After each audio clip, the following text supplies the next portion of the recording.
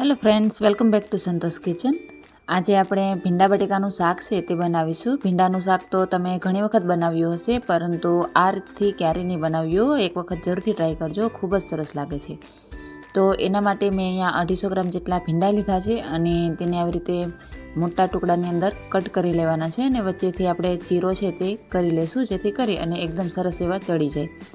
તો બસ આ જ રીતથી મેં બધા જ ભીંડા છે તેને કટ કરી અને તૈયાર કરી લીધા છે.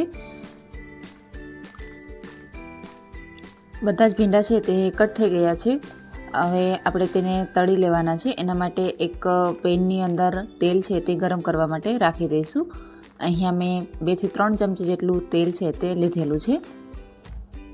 પછી તેલ ગરમ થાય એટલે આપણે તેની અંદર ભીંડા છે તે એડ કરી અને તેને સાતળી લેવાના છે. મીડિયમ ફ્લેમ ઉપર આપણે તેને 5 મિનિટ માટે કૂક કરી લઈશું. ભીંડાને એક વખત હલાવી અને આપણે તેને એમ જ છોડી દઈશું, જેથી કરી અને તે ચીકણા નહીં બને. એકદમ છૂટા છૂટા એવા ભીંડા છે તે તૈયાર થશે. ઉપરથી આપણે થોડું એવું મીઠું છે તે એડ કરી દેવાનું છે.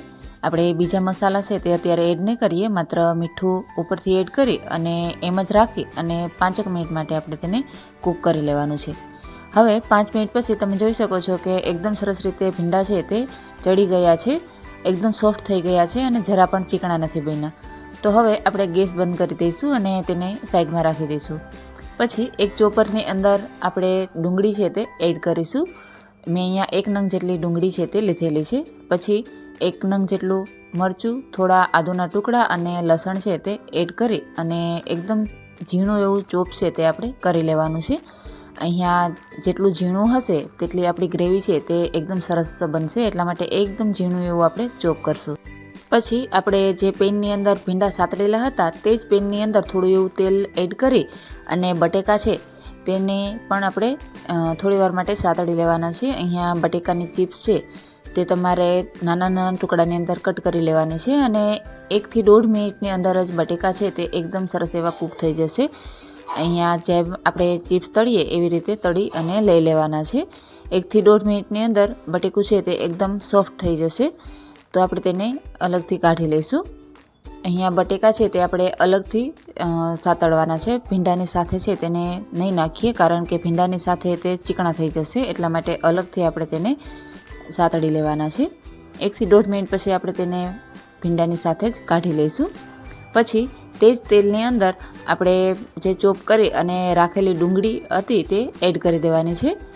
ડુંગળી, આદુ, મરચાં અને લસણની જે પેસ્ટ છે તે બધું જ આપણે વઘારની અંદર એડ કરી દેવાનું છે. અહીંયા જો તમારે રાઈ જીરું છે તે એડ કરવું હોય તો તે પણ એડ કરી શકો છો. પછી આપણે તેની અંદર થોડા મસાલા છે તે એડ કરીશું. 1 મોટી ચમચી લાલ મરચું પાવડર, 1 ટેબલસ્પૂન જેટલું હળદર, 1 ટેબલસ્પૂન જેટલું ધાણા જીરું અને થોડો એવો ગરમ મસાલો છે તે એડ કરી દઈશું. અને ઉપરથી સ્વાદ અનુસાર મીઠું છે તે આપણે એડ કરવાનું છે. બધું છે તે એકદમ સારી રીતે મિક્સ કરી દઈશું. આપણે ભીંડાની અંદર પણ મીઠું નાખેલું હતું, એટલે મીઠું છે તે એ હિસાબથી નાખવાનું. પછી આપણે તેની અંદર ટમાટરની પ્યુરી અથવા તો આવી રીતે ટમાટર છે તેને ચોપરની અંદર ચોપ કરી અને નાખી દઈશું. અહીંયા મેં 1 ટમાટર છે તે લીધેલું છે અને તેને 1 થી 1.5 મિનિટ માટે કૂક કરી લઈશું.